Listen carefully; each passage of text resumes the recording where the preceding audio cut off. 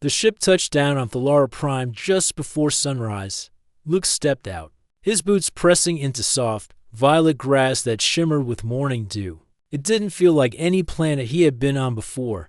The air was lighter, and the sky had a pale gold hue, filled with floating islands and crystal birds that sparkled like glass.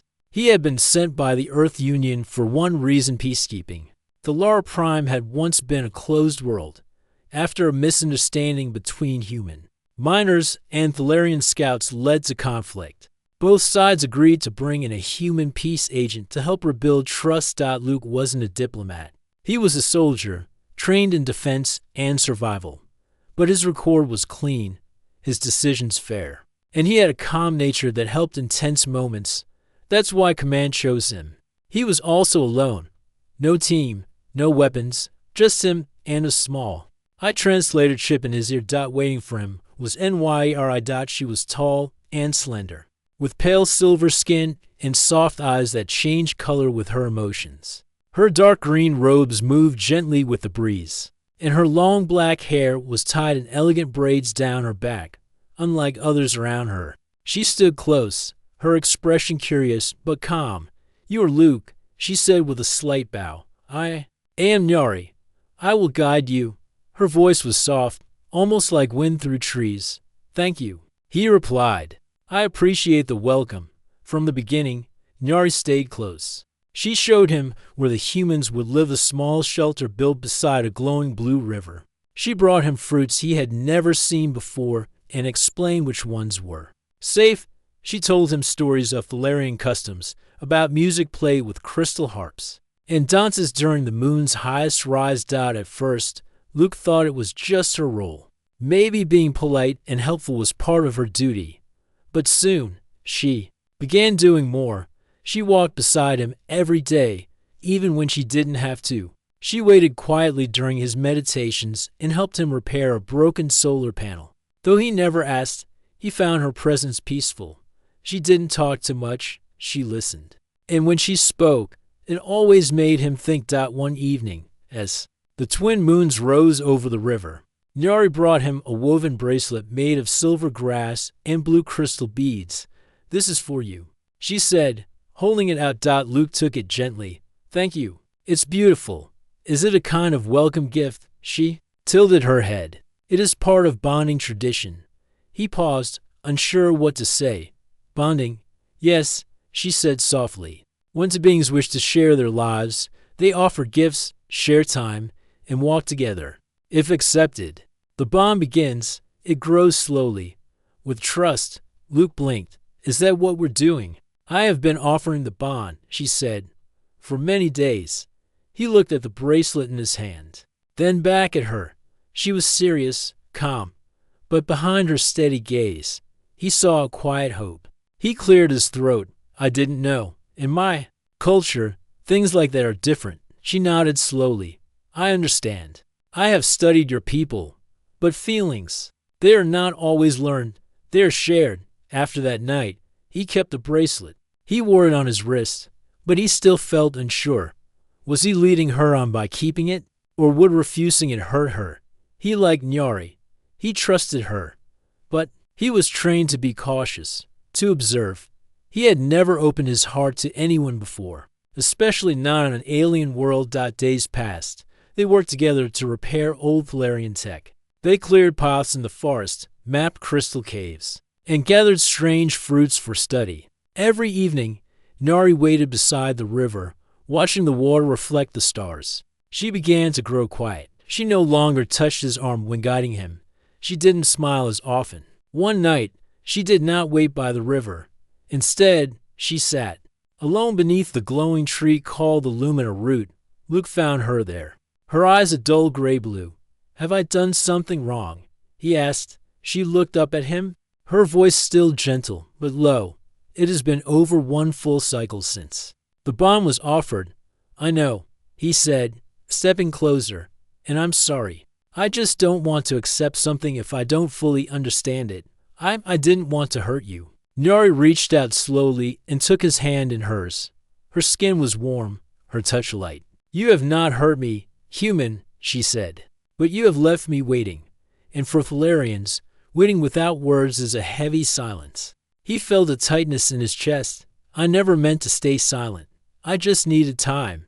And now? He didn't know what to say. Not yet. But the warmth of her hand, the kindness in her eyes, the way she had stood by him without demands it, all stayed in his mind. Nyri stood, letting go of his hand.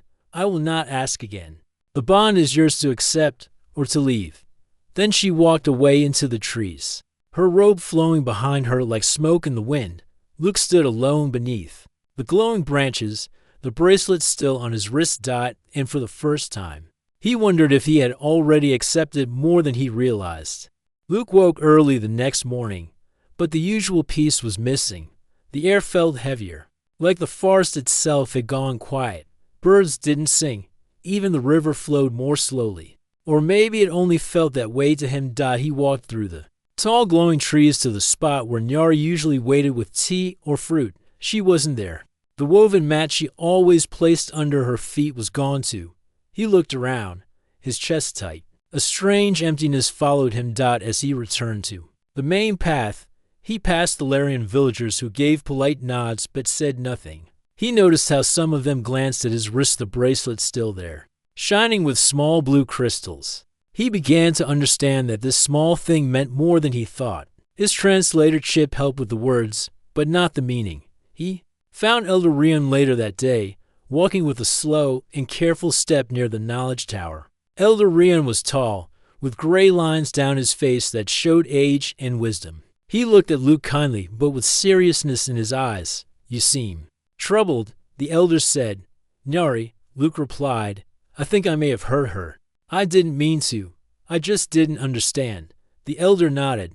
The Larians do not bond easily. We are patient, but we do not offer our hearts many times when one of us chooses. It is never a small thing. Nyari has given much. You have worn the bracelet, and that, to us, is a word louder than speech. Luke looked down. So wearing this means something. Yes, said Rion. It is a silent yes. A promise to begin something. But when there is no step after the promise, the silence turns cold. Luke sat on a flat stone nearby. I didn't realize. In my culture, bonds grow slowly. We talk. We think. We take time to know if it is right. I thought I was showing respect by not rushing. You were, Rion said gently. But cultures are like rivers. Some flow fast, some slow. If the rivers meet, they must learn to move together, or they break apart. The words stayed with Luke long after the elder walked away. He found Nyari again in the crystal garden near the western cliffs. She sat alone, legs crossed, hands folded in her lap. Around her, tall glowing plants bent toward the sky, humming softly in the breeze. He approached carefully, not wanting to startle her. Nyari, he said. She didn't turn, but she spoke. You came. I wanted to talk, he said. Then, speak. He took a breath. I didn't understand the meaning of your gift. I wore it because I liked it, and I liked you. But I didn't know that wearing it meant something to your people. I didn't know it would hurt you if I didn't respond the same way. She turned to face him. Her eyes now soft gold, not angry, just distant. You are not Thalarian. I knew. This I tried to teach you. But I did not teach you how to listen. That stung more than he expected. But she was right. I do listen, he said. Just slowly, maybe too slowly. But I've been thinking about you, about everything we've shared. I never felt forced, Nyari. I enjoyed every walk, every meal, every quiet moment. But still, you said nothing, she whispered. He stepped closer. I thought if I said something too early, it might ruin what we had. I didn't want to make a mistake. And in doing nothing, she said, you made the same mistake. They stood there, the space between them filled with quiet, not silence like before. This was different. This was waiting. Finally, Luke spoke again. If I asked to start over, would you let me? She looked down at his wrist. You never took off the bracelet. I didn't want to, he said. Even when I didn't understand, I knew it meant something. Her eyes met his again, this time calmer. Then, speak not as a soldier, speak as you are. He nodded slowly. I'm not good with words like your people, but I want to know you better. I want to understand your world, your ways, and you. And if that means learning to move like your river, I'll try. She rose to her feet. Then come. We walked the bond path. What's that? He asked. It is the way to begin there. Journey together, she said. Not with words, but with steps. They walked side by side through the garden. The path curved gently and was lined with smooth stones that lit up with every step. Luke noticed the symbols on the stones. Some were like stars, others like leaves or waves. Each one lit only when both of their feet passed over it at the same time. Nyari explained that this was a ritual of unity, not a ceremony of love, but one of intention, a way to show the willingness to share time and purpose. As they reached the final stone, Nyari placed her hand on a tall, blue crystal. It glowed brighter and echoed with a soft tone that rang into the trees. The bond is not complete, she said, but it has begun again. Luke smiled gently. I'll try to understand better, and if I make mistakes, then you will learn, she finished for him. They stood there a little longer before returning to the village. That night, Nyari sat beside him again at the river. This time, her smile returned, and Luke no longer felt lost. He was beginning to understand her world, her ways, and maybe her heart. Days passed, and something began to shift. Luke and Nyari no longer moved like strangers trying to understand each other. Now, there was comfort in their silence. A deeper kind of peace filled their time together. They still worked during the day. They studied old Thalarian tech, cleaned the communication towers buried in crystal vines, and mapped old trails through the jungle. Luke wasn't used to this kind of work, but Nyari made it easy. She explained things with patience and never rushed him, and now, for the first time, Luke felt like he wasn't just on a mission, he was part of something alive. One afternoon, while adjusting the solar panels near the river cliffs, Luke climbed too far out on a rock ledge. The stone cracked under his boot, and he lost balance. He would have fallen if Nyari hadn't grabbed his arm and pulled him back. He landed safely on the grass, heart racing. You okay? She asked, holding his arm tightly. He nodded, breathing hard. Yeah. Close one. She touched his forehead. Gently. You humans are brave, but not always careful. He laughed, the tension easing. True. I guess I still think like a soldier. No, she said. You think like someone who's used to danger. But this world is not here to hurt you. It only tests you. He looked at her hand on his arm. She didn't move it right away, and for once, he didn't pull away. Later that evening, they sat beside the fire near the outer cliffs. The air was cooler there, and soft lights floated above the grass, tiny creatures that glowed like fireflies. Nyari handed him a piece of warm root bread and waited while he chewed. Luke, she said slowly, may I ask you something from the heart? He nodded. Of course. Do you feel alone here? He thought for a moment. I used to. When I first arrived, everything felt distant. I didn't know what I was doing or who I could trust. But now, he looked around. Now it doesn't feel that way anymore. And me? She asked, looking into the fire. Do I still confuse you? He turned to face her. You don't confuse me. You challenge me. And that's different. She smiled. I'm glad. Because your presence has changed things here too. The village is calmer. Even the elders speak of hope. Hope? He asked. Yes. They thought the humans would never see us truly, but you see more than they expected. He felt quiet after that. The fire crackled softly, and the breeze stirred the tall grass. I do want to know more, he said. Finally, about you, your people, your world. I don't want to leave here the same man I came as. Her eyes turned a soft blue. Then let me show you more. The next day, Nyari took him to the old ruins deep in the forest. They rode together on a slow-moving Thalarian creature called a Florna-wide, flat beast with glowing fur and a calm nature. It moved over roots and rocks like wind over sand. These ruins, she said, are from before the first stars fell, before even our language was written. They entered a stone courtyard with tall spires covered in vines. The place had symbols carved in long, winding lines, like stories written in a song. What is this place? Luke asked. A bond sanctuary. She replied, this is where Thalarians of the past came to promise each other their paths. It's not used now, but it still holds memories. He touched one of the stones. It was warm to the touch. These walls, she continued, carry echoes of those who walked before. Our ancestors believed when the spirits joined, they left an energy behind. If the bond was true, that energy would bless the next who walked here. He looked around. And you brought me here. Why? Nyari stepped forward and placed her hand on one of the central stones. Because I want to know if our path has left a trace. The stone pulsed softly, glowing faintly under her fingers. Luke stepped beside her and did the same. Nothing happened. For a moment, he felt disappointed. But then, slowly, the stone began to glow brighter. And then another, and another.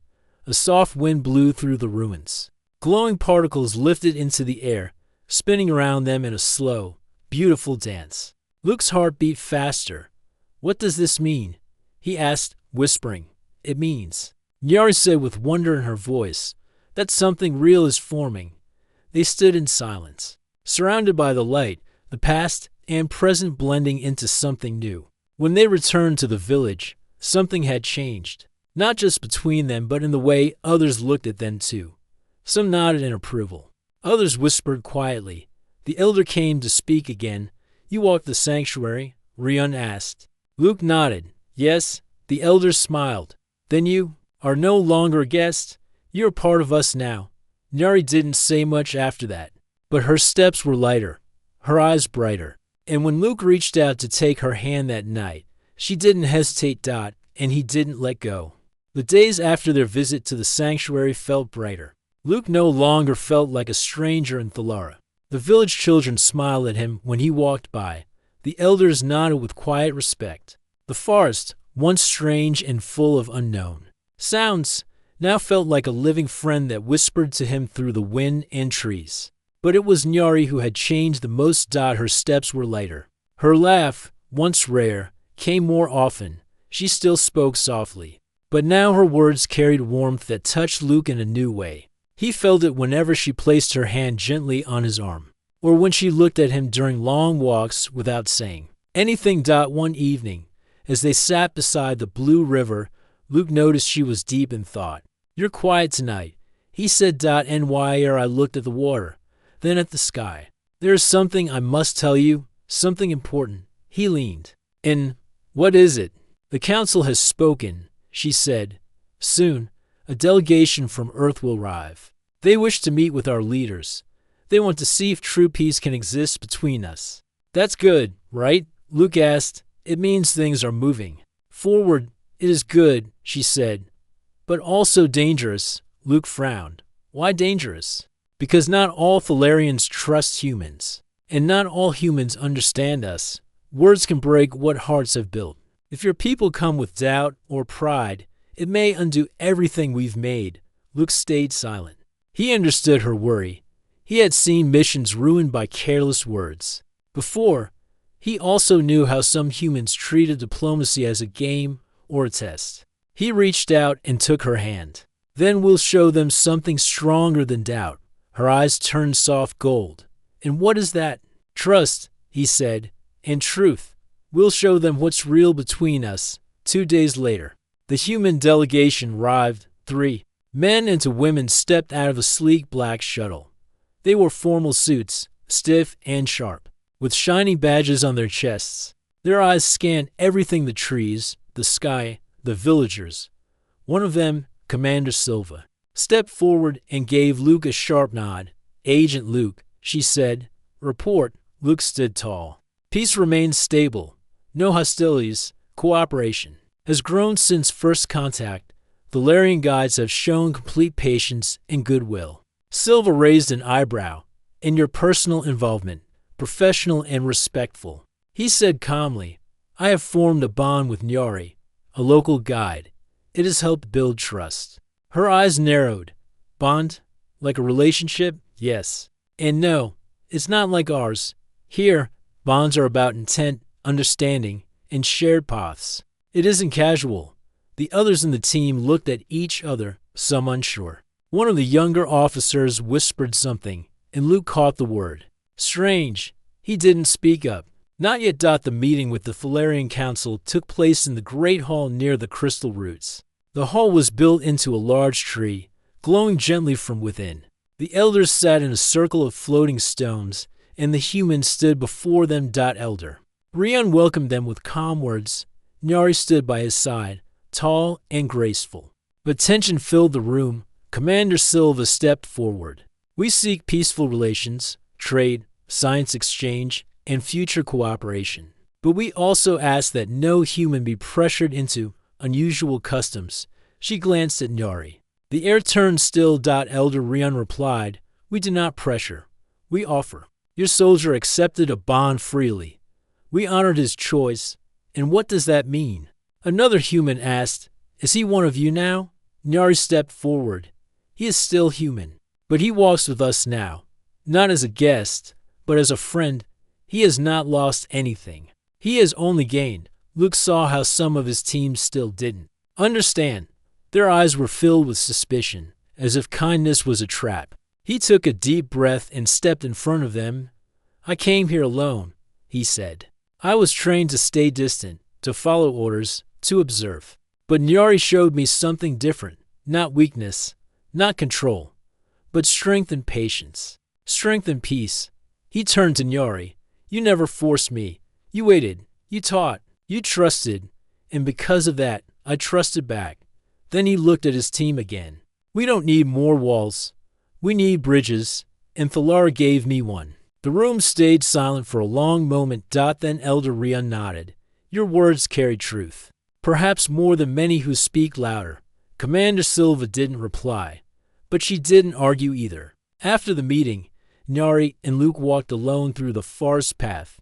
The moonlight filtered through the leaves, painting silver patterns on the ground. They don't fully accept it yet, Nyari said softly. Maybe not, Luke replied. But they didn't tear it down either. That's a start. Nyari stopped. Walking, you stood for me today.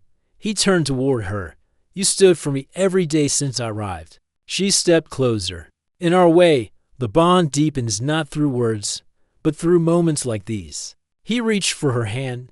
Then I want more moments. Are you ready, she asked, to walk fully in our path? He nodded slowly. I don't know everything, but I know enough to take the next step. Nyari smiled, eyes glowing like stars. Together, under the moon and between the trees, they walked hand in hand, not as human and Valerian, not as soldier and guide, but as to souls choosing each other. And in that quiet world, their bond finally spoke louder than any doubt. The sun rose over Thalara Prime, casting soft blue light across the trees. Birds with glowing feathers flew from branch to branch, singing quiet songs that filled the air with peace. Luke stood near the edge of the village, watching the sky. He could feel it deep in his chest. Things were changing, not just between humans and Valerians, but inside him too. He was no longer the man who had stepped off that ship weeks ago. Something had shifted. He felt more alive, more connected. Behind him, Nyari walked quietly along the path. She didn't need to say anything. Luke turned when he heard her steps and smiled. You woke early, she said. Couldn't sleep. He replied, too much in my head. Peace or worry? She asked gently. Both, he answered. She stepped beside him and looked up at the sky. The wind is shifting. The trees feel it too. They stood together for a while, saying nothing. The bond between them had grown strong, though no ceremony had marked it. It didn't need one. It lived in the way they walked together, the way they listened, the way they respected each other's worlds. But not everyone shared that feeling. The human delegation remained in the village, and while some had grown curious and even friendly with the Valerians, others stayed cold and distant. Rumors started to rise, whispers of mistrust, concern about influence, and even quiet talks of pulling back the peace mission. Commander Silva met with Luke later that day. You've gone too deep, she said sharply. They're not like us, their ways. They're thinking it's all soft and strange. You've forgotten your duty. Luke stayed calm. My duty is peace, and I've found it here. She shook her head. You've bonded with one of them, emotionally. Possibly more. It clouds your judgment. He met her eyes firmly. It clears it. Silva looked frustrated. Then tell me this, would you choose them over your own kind? He didn't answer right away, but deep down, he knew the answer was no longer simple. That evening, Nyari sensed something was wrong. She found him sitting alone beneath the glowing crystal tree, the same place where he first realized her bond offer had meaning. Your people doubt you, she said. Yes, he replied. They think I've changed too much. Have you? She asked. Yes, he said again, but not in the way they think. I've changed because I've seen something better. A life not ruled by fear or pride. Nyari touched his shoulder. Then why do you look troubled? Because they may pull me out. They may end this peace effort. They think I've forgotten who I am. Nyari looked down. Then we must remind them. The next day, Nyari and the village elders invited the human delegation to a sacred place called the Echo Chamber. It was deep within the forest, a wide natural cave filled with glowing stones that carried sound gently across its walls. Elder Rion stood at the center and spoke with calm strength. You came seeking peace, but peace is not a document or meeting. It is a choice made daily, between strangers, between hearts. Then he stepped back, and Nyari stepped forward. We are not asking you to become like us, she said. We only ask that you see us not as different, but as living beings with hearts and hopes. Then she looked at Luke. He stepped forward slowly. I came here as a soldier, he said. I stayed as a guest, but now I stand here as someone who belongs. He held up the bracelet still tied to his wrist. This was a gift. It became a symbol, not of control, but of respect, of choice. I accepted this bond not because I was told to, but because I wanted to. He looked around the cave, letting his words settle. You want to report? Then hear this. Valara doesn't need us to lead them. They need us to walk beside them. And if we can't do that, then we're not ready for peace. There was silence. Then a soft hum began one by one. The Falarians in the cave began to sing. Not loudly, but gently. It was a wordless melody, filled with warmth. The stones around the cave echoed the song until it felt like the air itself was singing. The humans didn't speak. They simply listened. After the gathering, Commander Silva pulled Luke aside. You meant every word in there, she said. I did, he replied. She was quiet for a moment. This mission won't last forever. At some point, you'll have to choose. He nodded. I already have. She didn't answer. She simply turned and walked away. Later that night, Luke stood beside Nyari at the river. They'll leave soon, he said. Will you go with them? She asked. He looked at the sky. I think my path is here. Nyari reached for his hand and held it tightly. Then let it be our path, she said softly. And in that moment, the stars above seemed to shine just a little brighter. The human shuttle prepared to leave the next morning. Its engines hummed quietly as Commander Silva gave orders and her team began loading supplies. They moved with purpose, their boots pressing into the soft ground of Thalara Prime for what could be the last time. None of them spoke much. Some looked around the village with cold eyes, others with quiet thoughtfulness. They had seen more than they expected. Luke stood near the edge of the clearing, watching them. His bags were packed, but his heart felt heavy. Behind him, Nyari approached, carrying a small woven satchel filled with crystal fruit and moon petal bread. This is for your journey, she said softly. Luke didn't reach for it yet. He looked at her for a long moment. Are you sure you want me to go? She smiled, but her eyes were not calm. I do not want you to go, but this is your path to choose, not mine. He looked down at the bracelet still tied around his wrist. It was a little worn now, the edges of the blue crystals, dull from weeks of work and movement. But it still shined in the light. It still held meaning. I came here for duty, he said. But I stayed for something else, something I didn't understand at first. Nyari stepped closer. And now I understand more than I ever thought possible. I understand that peace is not just silence after war. It is the quiet bond between hearts. It's the way two people can stand together from different worlds and still walk forward as one. She reached for his hand slowly. If you leave now, she said, I will not stop you. But if you stay, We will write a new story. Not just for us but for all who follow. Luke looked toward the shuttle. Silva stood at the ramp, arms crossed, waiting. He looked back at NYRI. And he smiled. Then I'm staying. A breeze moved through the trees, almost as if the forest itself had been holding its breath. He turned and walked with Nyari back toward the village. Behind him, the shuttle rose into the sky, fading into the clouds. The days that followed were filled with purpose. Luke began helping the Thalarians teach incoming human visitors how to adapt. No more sharp orders, no more cold silence. Instead, they were met with kindness and understanding. Some humans still struggle with Thalarian ways, but seeing Luke work alongside Nyari changed their minds.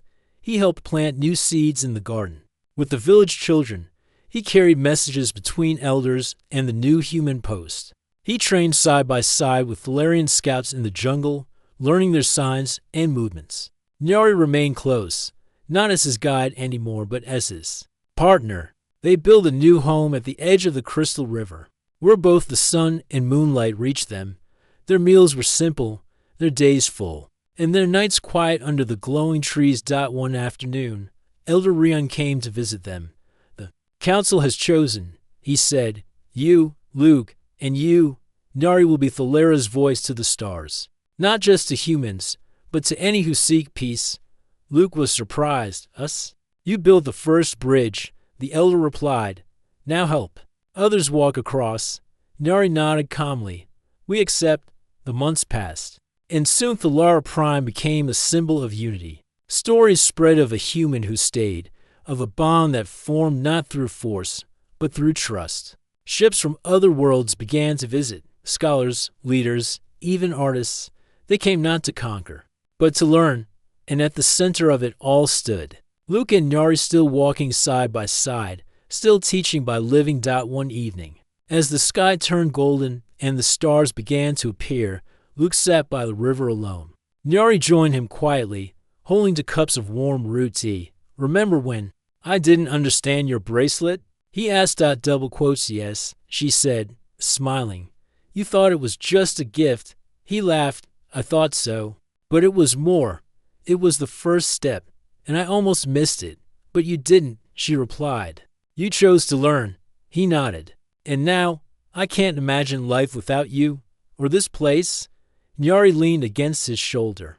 Nor can I. They sat there for a while, watching the fireflies float above the water. Then she spoke again, her voice soft. Do you know what today is? He looked at her. What? It has been one full Thalarian cycle, she said, since you first arrived. His eyes widened. 1 year already. Yes, she whispered. And not once did I regret offering the bond. He looked down at the bracelet. It was still there. Then maybe it's time I offered something too, he said. He reached into his pocket and pulled out a small charm symbol, made of metal and wood. It had a symbol from Earth carved into it, unity. For you, he said. A sign of our bond, from my world to yours. Nyari took it gently, her fingers brushing his. I accept, she said. Their hands stayed together as the stars brightened. Above. To beings, 2 worlds, 1 bond. And together, they stepped into the future not as human and Thalarian, but as something greater.